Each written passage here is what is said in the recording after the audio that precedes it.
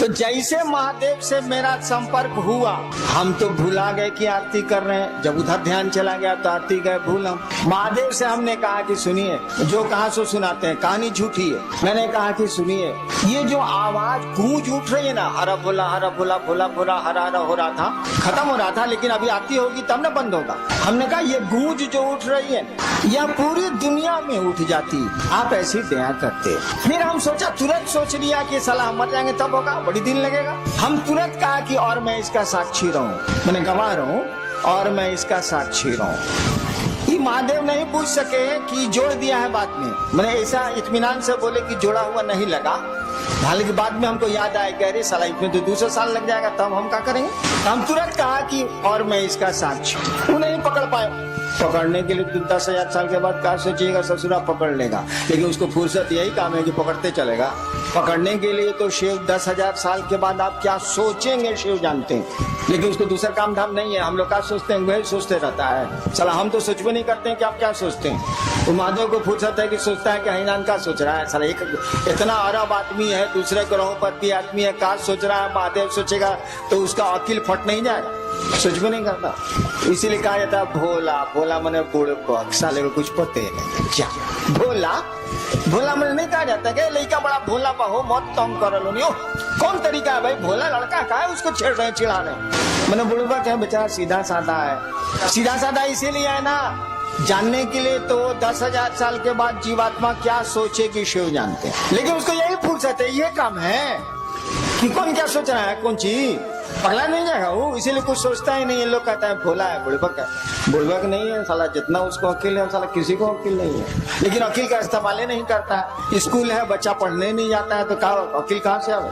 तो हमने कहा कि देखिए ये गूंज जो उठ रही है ना, पूरी दुनिया में उठ जाए, आप ऐसी दया करिए। तब तक याद पड़ गया कि साला तो 5,000 साल भी लग सकता है। तुरंत हम जोड़ दिया और मैं इसका साक्षी रहूं। महादेव कुछ नहीं बोले, हमको लगा कुछ नहीं बोले तो कुछ नहीं बोले। हमने कहा कि देखिए, हमको लगता है कि आपको दया का दान करने, यही शब्द हमने कहा था, हमको लगता है कि आपको दया का दान करने में थोड़ी दिक्कत, वो बोल नहीं रहे थे, थोड़ी दिक्कत। ऐसा करिए, आप छोड़ दीजिए। मैंने उस महादेव को जो जिससे मेरा संपर्क हुआ था, मैंने कहा, बोल नहीं रहे थे इसीलिए मुझको गुस्सा आता, मुझको गुस्सा जल्दी चढ़ता। हमने कहा हमको लगता है कि आपको थोड़ी दिक्कत है दया का दान करने, आप छोड़, हम करते, आप काला दिक्कत लीजिएगा, हम करते। इतना देर में आरती तो हो गई माइक पर खत्म। सब लोग अपनी अपनी थाली रख दिए, हमारा आंख बंद है, थाली मेरे हाथ में, सब दिया बुझ गया है, हम खड़े हैं, आंख बंद है मेरी। सब लोग खड़ा है कि साहब आप थाली रखें तब ना, सब दिया तो बुझ गया, थाली रखें तब ना। देवाशीष को हिम्मते नहीं पड़े, मंडल जी को हिम्मते नहीं पड़े, सब दिया बुझा हुआ है, आरती खत्म हो गई है, मैं हाथ में थाल लेके, आंख बंद है मेरी, खड़ा हूं मैं। कोई हिम्मते नहीं करे कोई थलिया हमारे हाथ से लेने का या हमको कहने का। मेरे बड़े लड़के ने मेरी थाली को पकड़ लिया। उनका कहना था कि आपकी थाली भारी थी और कांप रही थी, तो दिमाग उधर था तो थाली, शरीर काम नहीं कर रहा तो थलिया कांप रही थी, तो थाली गिर नहीं जाए मेरे हाथ से, तो मेरे बड़े लड़के ने हाथ बढ़ा के थलिया को पकड़ लिया। जैसे थाली पकड़ी मेरी आंख खुल गई। देखिए अहबाब ने क्या कहा उसकी व्याख्या सुनिए। महादेव से तो इतना ही कहा इसीलिए, लेकिन हमने कहा इसीलिए कुछ सोच के कहा हुआ। हमने कहा कि आपको दया का दान करने में थोड़ी दिक्कत है, छोड़ दीजिए, हम कर लेंगे। क्यों मैंने ऐसे कहा? अरे बाबूजी खेत नहीं जोतेंगे तो हम छोड़ देंगे। अगर मेरे पिता खेती नहीं करेंगे और मेरी जमीन पड़ती रहेगी तो मैं छोड़ दूंगा कि करूंगा? महादेव दया नहीं करेंगे, उनको मेरे गुरु हैं, उनसे मेरा अपना संबंध है, वो दया नहीं करेंगे तो हमको पात्रता है कि नहीं, हमको शक्ति है कि नहीं, मैं और काम कर सकता हूँ तो शिव का कार्य क्यों नहीं कर सकता? क्या जरूरत है आपके दया की, रखिए अपने पास आप। मैंने कहा कि आपको लगता है कि थोड़ी दिक्कत है, आप छोड़ दीजिए, मैं कर लूंगा। और मेरे मन में उनके सामने जो बोले नहीं आप, उनके सामने जो मेरे मन में व्याख्या आई यही थी कि मैं आपका चेला हूँ और आपको कोई अधिकार नहीं हमको चेला की कुर्सी से हटा देने का, और जब तक अधिकार नहीं है और जब तक मैं चेला हूँ मुझको शक्ति है। मैं सरकार में ज्वाइंट सेक्रेटरी था। अगर मुख्यमंत्री जी नाराज हो जाए तो क्या हमारा बिगड़ेगा? जो हमको पावर है कानून में वो करेंगे कि नहीं करेंगे? हाँ, हमको नौकरी से निकाल दें, हमको सस्पेंड कर दें, तब खत्म हो जाएंगे हम।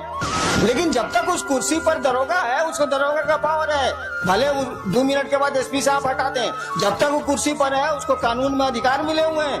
तो आपको भी शिष्य के रूप में अधिकार मिले हुए हैं। आप शिव के शिष्य हैं, आपको भी अधिकार है, अपने अधिकार का प्रयोग करिए। गुरु दया नहीं करेंगे तो काम नहीं होगा। हमने महादेव से कह दिया, सोचिए, छोटी मुंह बड़ी बात, छोटी मुंह बड़ी बात के क्या कहिएगा? सारा कोई तुलना ही नहीं हो सकती है शिव से। जो कोई किसी की तुलना कर दे, किसी की, शिव से जो किसी की तुलना कर दे, उससे बड़ा अपराधी तो कोई नहीं हो सकता। कालिदास ने कहा था, शिवम शिवस्य उपमा वा तुलना नास्ति। कालिदास शिव के भक्त थे। कहा था कि शिवस्य उपमा वा तुलना नास्ति। शिव की न कोई उपमा दी जा सकती है, न शिव की तुलना की जा सकती है। लेकिन तब भी सोचिए, हरिनारायण ने क्या कहा? आपको दया लगता है कि आपको दया का दान करने में दिक्कत है, आप छोड़ दीजिए, हम कर लेंगे। आसमान के सामने, सूरज के सामने जुगनू बोल रहा है कि आपको दिक्कत है सूरज जी, तो छोड़ दीजिए, मैं अपने पंखों से उजाला कर लूंगा। क्यों ऐसा कहा गया? इसीलिए कहा गया कि भैया हम आपके शिष्य हैं तो हमको पावर है ना, और आपको हटाने का पावर नहीं है। शिव किसी को अपने शिष्य से हटा नहीं सकते। जैसे हटा देंगे कि मेरा शिष्य नहीं है, लोग कहेगा कि जगत गुरु है, लेकिन फूलन महतो को छोड़कर, अगर उसका नाम फूलन महतो हो तो लोग कहेंगे जगत गुरु है, लेकिन फूलन महतो को छोड़ के तो साले जगत गुरु रहते नहीं करेंगे। जगत गुरु एको आदमी गया तो जगत गुरु नहीं है वो। इसीलिए किसी को मना कर ही नहीं सकते कि तू मेरा शिष्य नहीं बनेगा या नहीं है, उनको तो मानना ही पड़ेगा। अगर आप कहते हैं कि शिव मेरे गुरु हैं तो शिव को मानना ही पड़ेगा कि आप उनके शिष्य हैं। नहीं कैसे मानेंगे? जिसे कह देंगे नहीं हम नहीं मानते हैं, उस दिन जगत गुरु रहेंगे, लेकिन जगदीश पांडे के छोड़ के 4 साल जगत गुरु रहेंगे कैसे? -1 हो जाएगा, 1 कम हो जाएगा। तो मना नहीं कर सकते, और मना नहीं कर सकते तो हम लोग शिष्य हैं, और शिष्य के रूप में शिष्य की शक्तियां हमको आपको हैं। क्यों नहीं करेंगे महादेव का काम? महादेव को दया नहीं करनी है, मत करें वो। मैंने ऐसा मैं नहीं कहता कि नहीं करें वो, लेकिन उस दिन शिवरात्रि के अष्टजाम में ऐसा ही उनको कहा था। कहने का लहजा थोड़ा सा शरीफ वाला था कि लगता, बोल नहीं रहते इसीलिए बोले थे हम, कि लगता है कि आपको दया का दान करने में थोड़ी दिक्कत है, आप छोड़ दीजिए, हम कर। बहुत शराफत से बोले थे। अब सूरज के सामने जुगनू बोल रहा है, उस साले की क्या बिसात है बोलने की, लेकिन मैं बोल तो रहा ही। तो गुरु दया से ये काम होगा, ये एकदम सच है, इसमें 2 मत नहीं है। लेकिन अगर गुरु की दया नहीं भी होती है तो हम आप कमजोर हैं क्या? हम आप गुरु का काम नहीं कर सकते हैं क्या? बाबूजी अगर खेत नहीं जोत रहे हैं तो बेटा छोड़ देगा कि उपज करेगा? वो हल चलाएगा, वो तो करेगा, क्योंकि वह उस बाप का वो बेटा है, इसीलिए करेगा वो। हम लोग उस गुरु के शिष्य हैं, शिव हम लोगों के गुरु हैं, इसीलिए उनका आदेश हम लोग करेंगे। और मैंने कहा जो गुरु का आदेश नहीं करता है वह शिष्य नहीं है।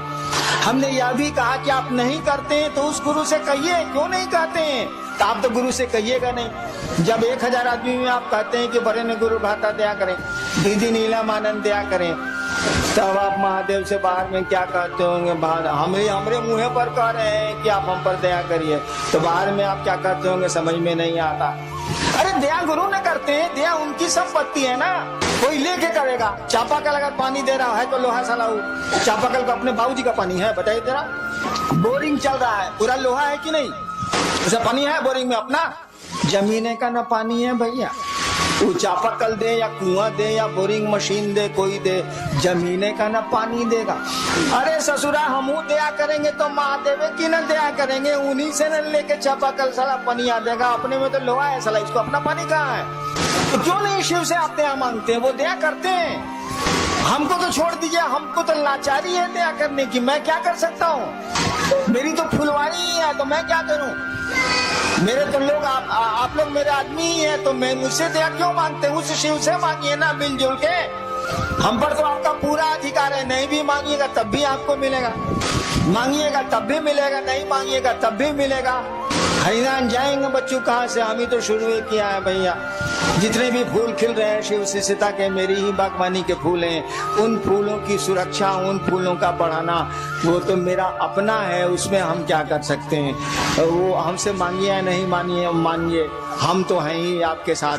हमेशा रहेंगे आपके साथ, शरीर में है तो भी रहेंगे, शरीर के बाद भी रहेंगे।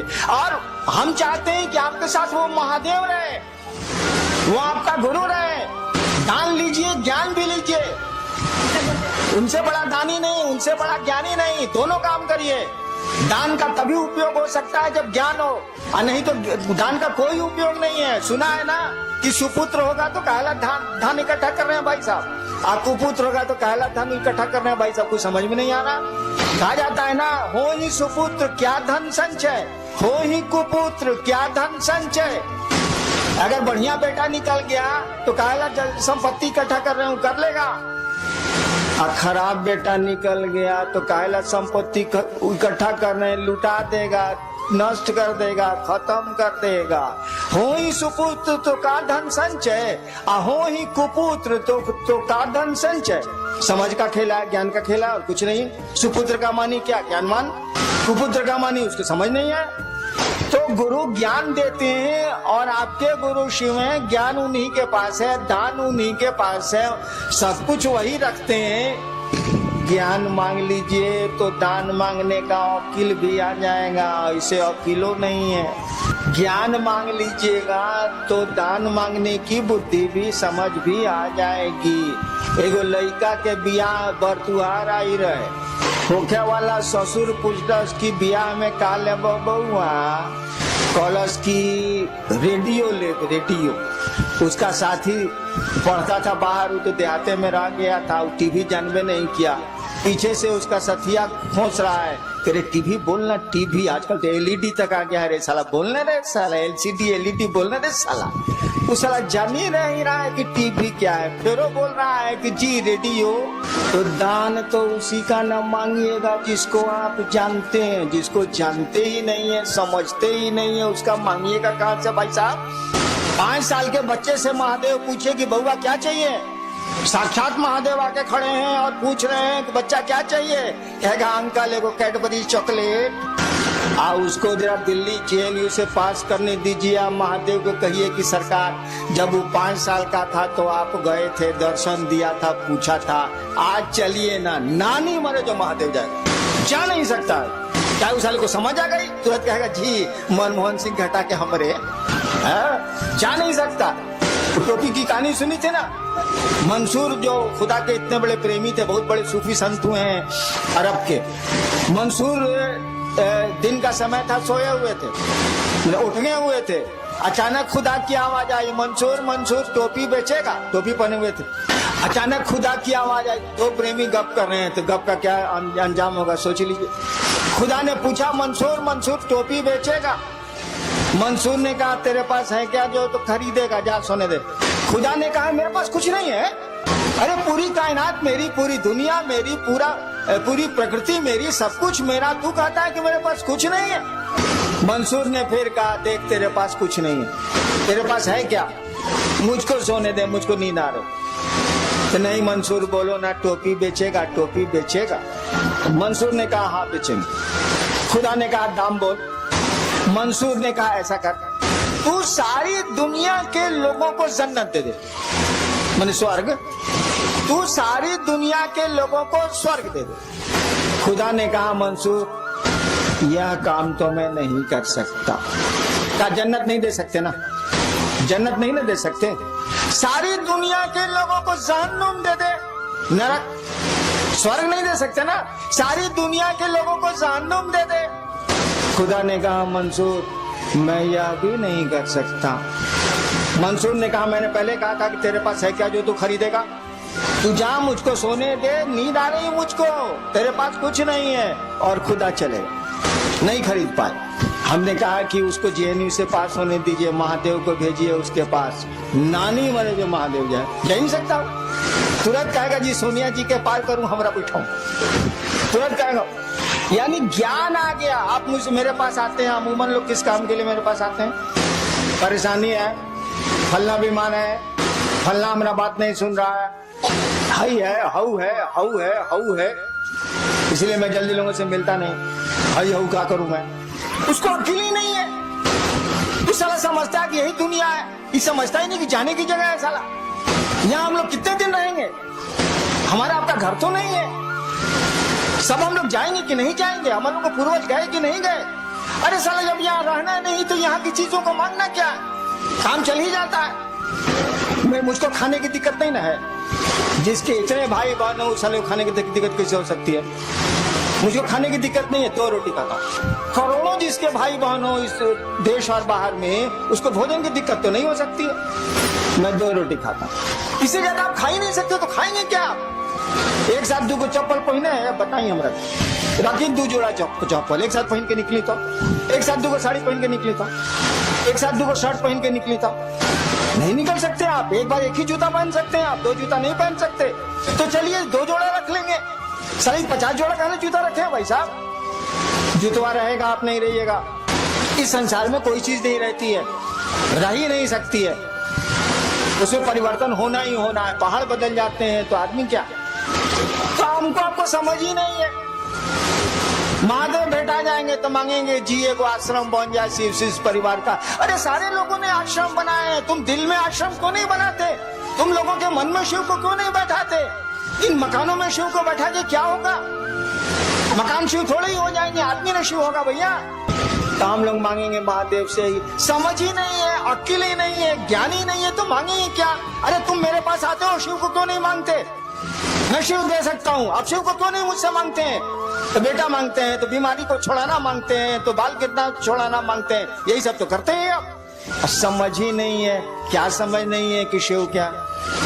अरे शिव को समझिएगा तब ना शिव को मांगिएगा। शिव को समझते ही नहीं आप, तो संसार को समझते हैं तो संसार मांगते हैं। शिव को समझिएगा तब ना मांगिएगा। आपने टेलीविजन देखा ही नहीं तो किसी से टेलीविजन आप मांगेंगे कहाँ से? आप टीवी के बारे में जानते ही नहीं तो किसी से टीवी मांगेंगे कहाँ से आप दुनिया संसार को देखा है, संसार को मांगते हैं। शिव को देखा होता, शिव को समझा होता, शिव से जुड़े होते तो शिव को मांगते। शिव मिल जाएंगे तो संसार में कुछ भी ऐसी चीज नहीं जो नहीं मिल सकती। कहा जाता है किम न सिद्धते भूतले, अगर शिव चाहे तो किम न सिद्धते इस भूतले, यानी इस भूतल पर, इस जमीन पर अगर शिव चाहे किम न सिद्धते, क्या नहीं हो सकता है? तो वैसी चीज न मांगिएगा जो इस जीवन और इस जीवन के बाद भी काम दे, आने वाले समय में भी काम दे। तो शिव को क्यों नहीं मांगते हैं? क्या मांगते हैं? फलना चीज चाहिए, फलना चीज चाहिए, फलना चीज चाहिए। आपको शिव से बनाने के लिए घुमा फिरा के हमको देना पड़ता है, लेकिन मांगना चाहिए आपको शिव को, वो मिल जाएगा। तो दुनिया में कोई ऐसी चीज नहीं है जो नहीं हासिल हो सकती है। यह बात दूसरी है कि ढेर अकील वाले के साथ आज रहिएगा, गुरु के साथ रहिएगा तो ज्ञान मिल जाएगा। आप भी कहिएगा साला इसको लेके हम क्या करेंगे, ये रहेगा भी तो हम नहीं रहेंगे, हम ही नहीं रहेंगे तो साला लेके हम क्या करें? क्या मांगे हम? तो जाने की जगह है, सभी हम लोग यात्रा में आए, छोटी छोटी यात्राओं में हम लोग यहाँ आए। ये टेम्पोररी हम लोग का यहाँ पोस्टिंग हुआ है, कम दिन के लिए हम लोग आए इस धरती पर। लोग का टेम्पोररी पोस्टिंग होता है तो टेम्पोररी ना काम चलाइए भाई साहब, कौन सी हंगामा कर रहे हैं? जो परमानेंट है उसको पकड़िए, उस गुरु को पकड़िए, ज्ञान है उसके पास। और शिष्य जैसे जैसे बनिएगा ज्ञान आप में प्रवेश करेगा। आपके गुरु ने कहा दूसरों को समझाओ, दूसरों को सुनाओ नहीं। लोगों को मालूम है कि शिव गुरु हैं, दूसरों को समझाओ कि शिव गुरु हैं, और ऐसा समझाओ कि वास्तव में वो शिव का शिष्य बन जाए, सचमुच में वो महादेव का चेला बन जाए। उसको देखने से लगे कि महादेव का चेला साला महादेव होता है। अब आए थे उस समय, मछली बाजार बनाए हुए थे, हमने कहा लोगों को बोलिए शांत रहने के लिए, शिव शिष्य का लक्षण है। भीड़ में जा रहे हैं, थका दुखी कर रहे हैं, शिव शिष्य का लक्षण है। अरे आदमी की तरह रहिए, महादेव के चेला है। आपको देख के लोगों को लगे कि महादेव का चेला साला महादेव होता है, साधु होता है। साधु कौन होता है? साधु किसको कहते हैं? साधु की परिभाषा क्या है? मनु बाबू बोल रहे थे ना कि कोई बोल रहा था कि आपको साधुता का परिचय देना चाहिए। साधु का मानी क्या होता है? साधु का मानी होता है, पढ़ते हैं ना सभी भाई बहनों को मेरा साधुवाद। दीदी नीलम आनंदी, साधुवाद क्या होता है? साधु होना माने जिसने अपनी ऐषणाओं को धुन दिया हो वह साधु है। साधु शब्द का अर्थ होता है जिसने अपनी ऐषणाओं को, ऐषणाएं 3 होती हैं, अपनी ऐषणाओं को धुन दिया हो जैसे धुन की रुई धुनेला, धुन दिया हो वह साधु है। ऐषणाएं क्या है? पुत्र ऐषणा, यश ऐषणा, धन की ऐषणा, इच्छा मैंने पैसा इकट्ठा करने की इच्छा, संतान की इच्छा, प्रतिष्ठा, सबसे बड़ी है यश इच्छा, सबसे बड़ी है यश की इच्छा। से सम्मान जल्दी नहीं हटता है, मन से वो रहता है, साधुओं को भी रहता है। जिसने अपनी ऐषणाओं को, संतान की इच्छा, धन की इच्छा, इज्जत की इच्छा, प्रतिष्ठा की इच्छा, जिसने अपनी ऐषणाओं को भून दिया हो, रुई के तरह उड़ा दिया हो, वह साधु है। और साधुवाद का भी वही मानी होता है कि आपकी आकांक्षाएं, आपकी ऐषणाएं शमित हो, कम हो, आप में शिव भाव जगे। तो साधु का लक्षण प्रकट करिएगा ना। शिव आपके गुरु हैं और शिव से बड़ा ना कोई गृहस्थ है ना कोई साधु है। महादेव से बड़ा कोई गृहस्थ नहीं है। हमने कई बार आपको कहा है अपने बेटी दामाद को जरा आशीर्वाद दीजिए तो राम सीता की जोड़ी बनी रहे। अपने सास पतोह बेटा को दे दीजिएगा पड़ाक से, ताकि मनाते हैं कि साली पतोहिया मरती का नहीं है, वो दे दीजिएगा पड़ाक से। लेकिन जब बेटी दामाद को आशीर्वाद दीजिए तो राम सीता की जोड़ी बनी रहे, कृष्ण राधा की जोड़ी बनी रहे। देता को हिंदुस्तान में आशीर्वाद। जानता है कि सीता को खाली कष्ट हुआ, जानता है कि कृष्ण जी अपनी बीबी को छोड़ के दूसरे के साथ थे, तो कालू आशीर्वाद देगा बेटी का जीवन खराब हो जाएगा? कोई आशीर्वाद नहीं देता है। हर शादी में लिखा जाता है शिव पार्वती, शिव पार्वती की जोड़ी बनी रहे, जबकि देने वाला ही जानता है कि भिखमंगा। अपने बेटी दामाद को आशीर्वाद देना है शिव पार्वती की जोड़ी बनी रहे, वो जानता है कि शिव भिखमंगा है, तब वो यही आशीर्वाद देता है। क्योंकि जानता है कि धन से सुख नहीं होता है, प्रेम से सुख होता है, मोहब्बत से सुख होता है। धन से नींद नहीं आती है, शांति से नींद आती है। धन से नींद आएगी, धन से सुख मिलेगा। अपार धन है, पति पत्नी को मारे चला जा रहा है, गाली दिए जा रहा है, इस धन का क्या उपयोग है? लेकिन कोई धन नहीं है और बड़े प्रेम से दोनों पति पत्नी रहते हैं। सुख तो जीवन का इसी में है। हमने देखा है पटना में, जब मैं 20 साल था पटना में, बेली रोड पर मेरा मकान था, ऑफिस फ्लैट में। गर्मी के दिनों में या जाड़े के दिनों में वो डिवाइडर जो रोडों को अलग करता है, डिवाइडर उसको बोलते हैं, दोनों सड़क के बीच में जो सीमेंट का बना रहता है, रात भर लोग उस पर सोते हैं।